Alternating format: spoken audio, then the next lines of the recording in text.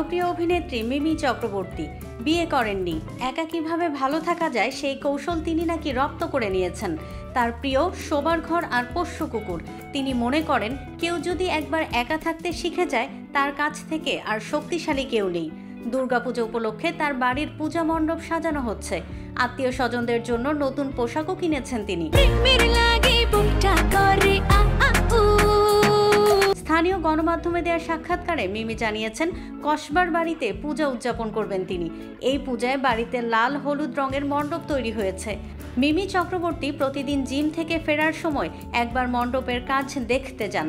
1 মাস আগেই পরিবার পরিজনদের জন্য নতুন পোশাক কিনেছেন, তবে নিজের জন্য রেখেছেন অন্যরকম উপহার। তা হলো নিজেকে ভালো রাখা।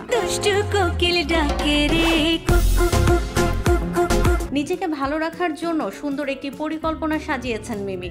10 বছর পরে কি হবেন সেই বিষয়ে কোনো পরিকল্পনা নেই, তবে প্রতিটি মুহূর্ত উপভোগ করে তুলতে চান এই নায়িকা। মিমি চক্রবর্তী বলেন, আমি খুব আনন্দে থাকতে চাই আর ভালো করে ঘুমোতে চাই। কে কি বলল, আমি বা কাকে কি বললাম সেসব নিয়ে প্রভাবিত হতে চাই না। প্রতিটি মুহূর্তে ভালো থাকতে চাই। 10 বছর পরে কি হবে তা আগাম ভাবতে চাই না। একজন নারী যদি একা জীবন কাটান তাতে অনেকগুলো বিষয় জড়িয়ে থাকে, তবে তার মানে এই নয় যে একাকিত্ব তাকে গ্রাস করছে। আমার মনে হয় কেউ যদি একবার একা থাকা শিখে যায় তবে তার থেকে শক্তিশালী নারী আর কেউ নেই। আমি বিশ্বাস করি নিজের মতো করে জীবন এগিয়ে নিয়ে যাওয়া যায়। আমার শোবার ঘর আর পোষ্য কুকুরকে ছাড়া পৃথিবীর কোথাও থাকতে চাই না।